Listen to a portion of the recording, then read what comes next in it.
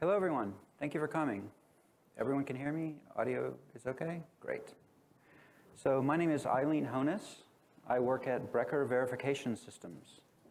By way of qualifications and what I'm doing here is Breker produces test content. We produce test content for cores, for RISC-V cores, for IP blocks, for system on chip, which is what we're largely going to be talking about today, and for firmware. That's the firmware. The subject of today's talk will be to talk about hardware security.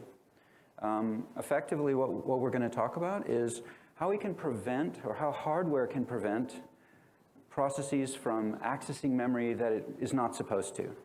And the kind of things we're talking about are, stack overflow attacks, buffer overflows, fiddling with pointers, or just simply writing to devices you're not supposed to, or just writing into memory in different places. As well as things coming across over the PCIe bus, coming in from a debug port. How can the system address these kind of attacks? What we're not talking about are things that are sort of more software kind of issues. Things like cache timing attacks, like the very famous meltdown attack, or things that are control flow hijacking, where we're looking for patterns in memory and jumping to it to sort of intercept the code. So we're not talking about these sort of software-based attacks. And of course, as you've been here, there are many different ways of addressing these kind of problems, either partially or completely. And from the very beginning of RISC-V, this has been recognized as an issue that's important. So the spec talks about physical memory protection. The spec talks about physical memory access. The spec talks about, in the page table entries, you can define a page as read-only, write-only. You can prevent accesses to this kind of page that you don't want. But it's not fine-grained. It's on a per-page level. As well, the buses that we're using in system on chip, things like tile-link, as well as, of course, all the other buses, CHI, AXI, ACE, all these have ID bits. So we can always identify the transactions travel through the buses, and we know where they came from. We know this read came off the PCIe bus, so we're not going to service it, or we are going to service it. As well, there's different hardware systems which we're going to talk about, such as WorldGuard and such as CHERI. And of course, none of this is unique to RISC-V. ARM has TrustZone, Intel has SGX. There are a number of different sort of systems for addressing these things. But we're going to talk about some of these in a little more depth today. So as I mentioned, physical memory protection is in the RISC-V spec, in the spec. What it really is a set of registers that allow you to define for any region larger than 4 bytes that this is read-only, this is write-only. It takes a lot of hardware, a lot of gates to implement these things. But it's straightforward. If you're jumping to a supervisor mode, you could provide a different set of PMP programming. It can be dynamically changed during operation, but it is lockable. So your trusted heart can lock down for the future that no one can change this. The spec also talks about physical memory attributes. It has a lot of good practices, good rules, but none of it, there's no specifics in there about PMA. You've seen a lot of, you've heard Codasip's announcement about being the first commercial CHERI implementation. Our friends at Low Risk also are working on a CHERI implementation. But this is a scheme that does away with addresses in your code. It replaces the notion of an address or a pointer with a capability, this word capability. And it allows you to sort of say, I want to read this location with the permission granted by this capability. And in order to do that, you need a new ABI. You need a new binary interface. It's different code. You need new compiler, new tool chain. You need your 64-bit RISC-V is going to use 128-bit program counter register. The registers get wider, and you need a new set of opcodes for managing these capabilities, for creating capabilities, for changing them, for giving the rights, for granting the rights, for touching these capabilities. So a simple load instruction, as I mentioned, will say something like, we're going to read a location with the capability in this instruction. So it's secure, it's fine-grained, and it has other impact on hardware in the sense that you need your buses need to have a tag bit that flows along with it. You need tagged memories. You'll probably get rid of PMP out of the hardware, but you'll have to build in more opcodes to manage these CLBs.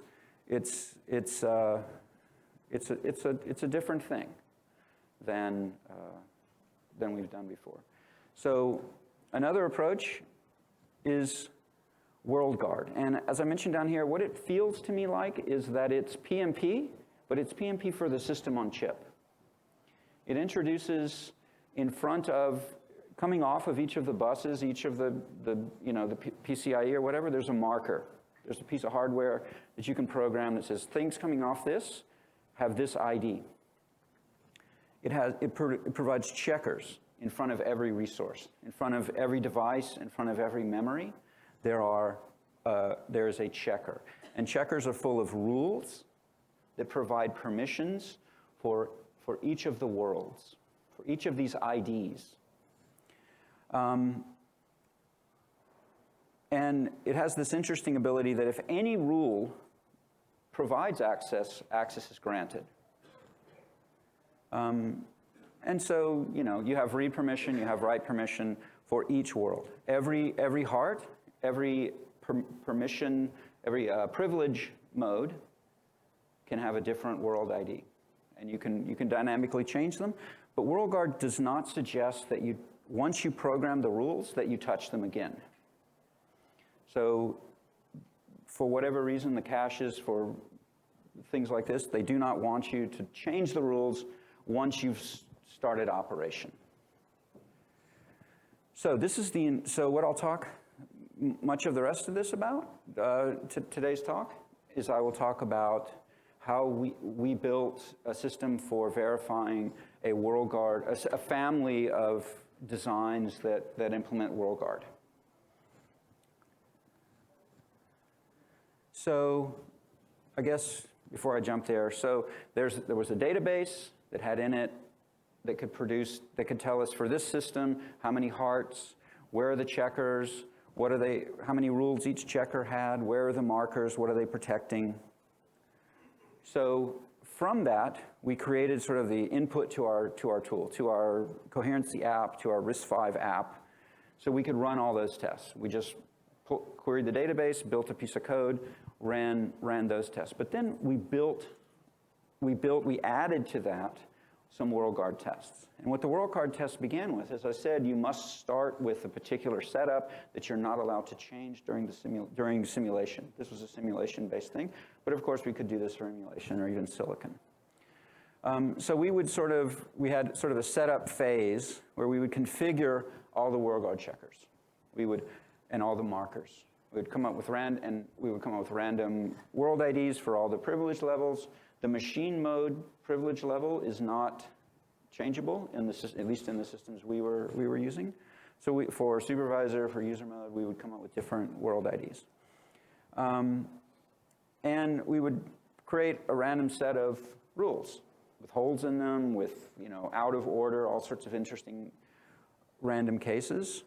And for particular tests, we wanted specific things. We would begin with those, and all the rest of the rules we would make random. So we would take in the user's input as to what particular rules they wanted for a particular test need. But that's the beginning. Then what we basically do is then for every heart and for every one of what they call the front port, which is basically like in this case, an AXI bus, as you see there, we would start sending transactions. And this is a very simple, like serial sort of case, so it's easy to talk about. But effectively, we create a graph that each one of these sort of threads conducts. And each one of these threads walks along this graph, producing at each node a read or a write, targeting a particular rule, targeting the boundaries of a particular rule, targeting whatever we put into the test. And so, for example, we could flip to supervisor mode, we could do a read or a write, and if the checker blocked it, it was a read, we'd get a 0, we'd get an interrupt going off to the trusted heart, which in this case was heart 0, where we ran an ISR that would clean up the checker and continue running. We had for writes, we would then follow up oftentimes with a read to make sure that the write didn't go through or the write did go through, something like that.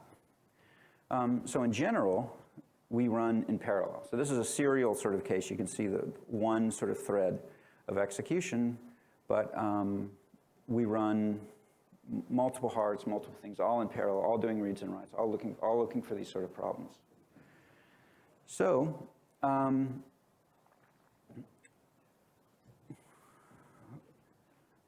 like I said, we had this, our tool turns the input specification, which is effectively C++ or Accelerator Portable Stimulus, it turns it into this graph. And we can sort of unroll that graph, and we can look at all the set of legal and illegal. We can say, I only want to do write. I want to write-only test. So all the read nodes all the read nodes of the graph we're not going to be able to get to. But we sort of unroll this, and through coverage we can say, okay, generate me a battery of tests. Generate me a battery of tests that's going to do from every initiator, going to target every rule, and target the beginning of the rule, the end of the rule, somewhere in the rule. And so we can use this sort of coverage-driven approach to create the test content that was able to, when we mixed that with the randomization of the rules, the way we did it, we were able to find some issues. So it's sort of it's a mix of the way our tool works is we pick one of the endpoints. We pick a place in the graph. We figure out how do we get to this point. So instead of doing a lot of randomization in the beginning, like let's randomize everything and then run. We don't do that. We pick where we're going to go and we walk backwards to the start from that point. So we pick all the coverage nodes that we know are reachable, and we walk back. How do we get to this node? Well, we get it from here. How do we get to this node? Well, from here, from here, from here, from here. And we walk back. And in each one of these nodes, we pick a random address or something that's boring and not really going to be that interesting. But the way we do this, we get good coverage, and we found problems between. We found some coherency issue. We found some access that we weren't supposed to get access, but we got access. So this kind of issue. So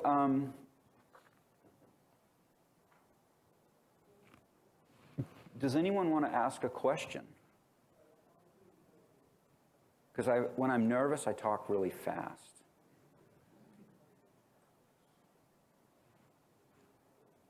No, sir? Okay. Would you like to ask a question, sir? That's my boss. Please, this guy first. I noticed you said there were some unexpected interactions between coherency and WorldGuard and CHERI. Do you have like an example? Yeah. So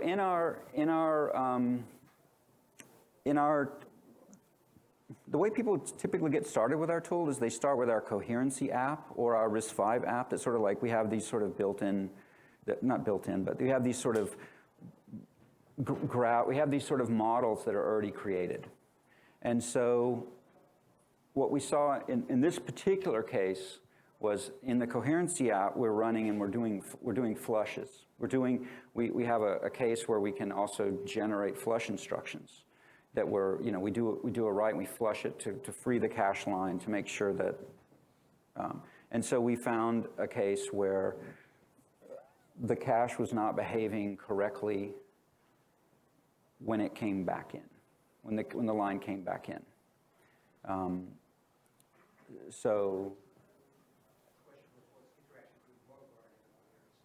Well, it's in the cache, because my belief is that they tag in the cache with the ID. So when you do a write, that actually does a read to get it into the cache. And so if that's forbidden, well, then there's that problem.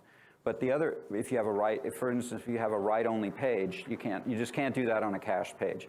But if you do a write, it does the read first, but it tags it with who asked for this, which world ID. Was it the supervisor one? Was it the machine one? Was it another one? Who asked for this? How did it get into the cache? And then we flushed it. We flushed it out. And then there was some issue that I don't really remember. How did I explain that well? No? I get the idea, though. Because I actually worked on this kind of problem in a different processor domain several years ago. Yeah.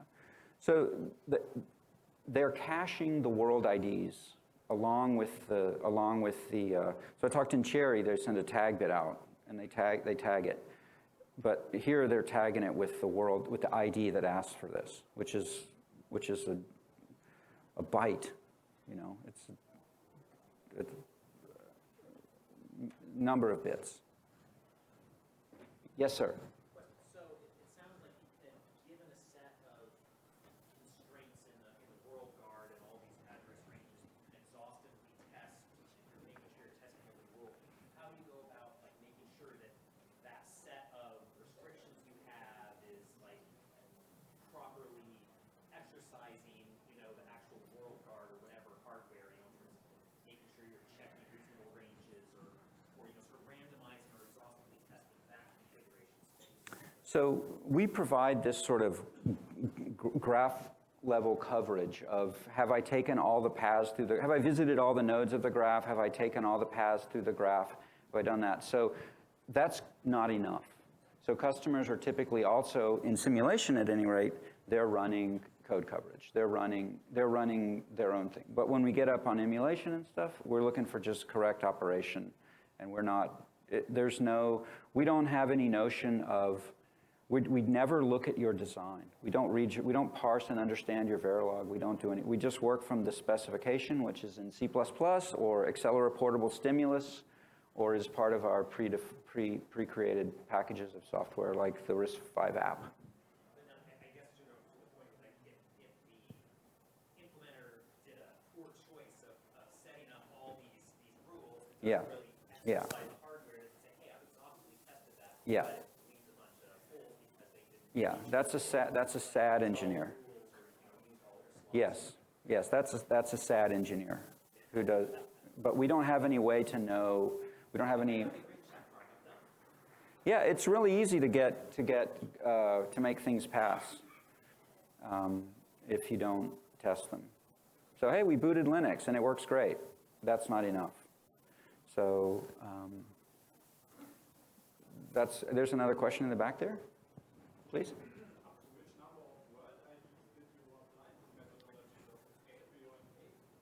So indeed, in 32 in some platforms, 16 on others. So there were different numbers of world IDs, and we picked them randomly. So depending on how many, each heart had 3, each,